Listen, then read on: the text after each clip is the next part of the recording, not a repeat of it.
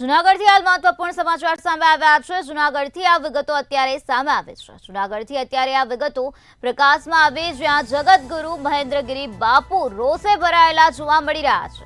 અનુપમ સ્વરૂપ સ્વામીના બફાટ સામે તેઓ રોષે ભરાઈ ગયા છે।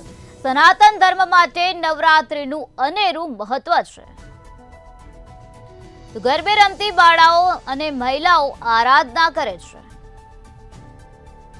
બાળાઓ મહિલાઓ માતાજીની આરાધના કરે છે તેવી વાત કરવામાં આવે છે।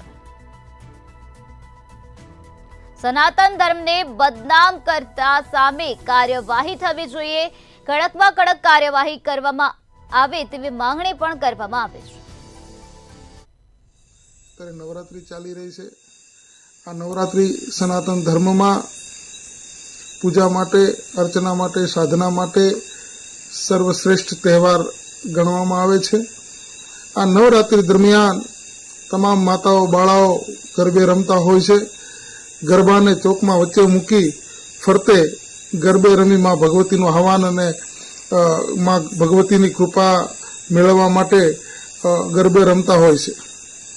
ગરબો છે એ બ્રહ્માંડનું પ્રતીક છે અને બ્રહ્માંડની પરિક્રમાના ભાવથી, બ્રહ્માંડની આખી પરિક્રમા થઈ રહી છે એ ભાવથી ગરબે માતાઓ અને બાળાઓ રમતા હોય છે।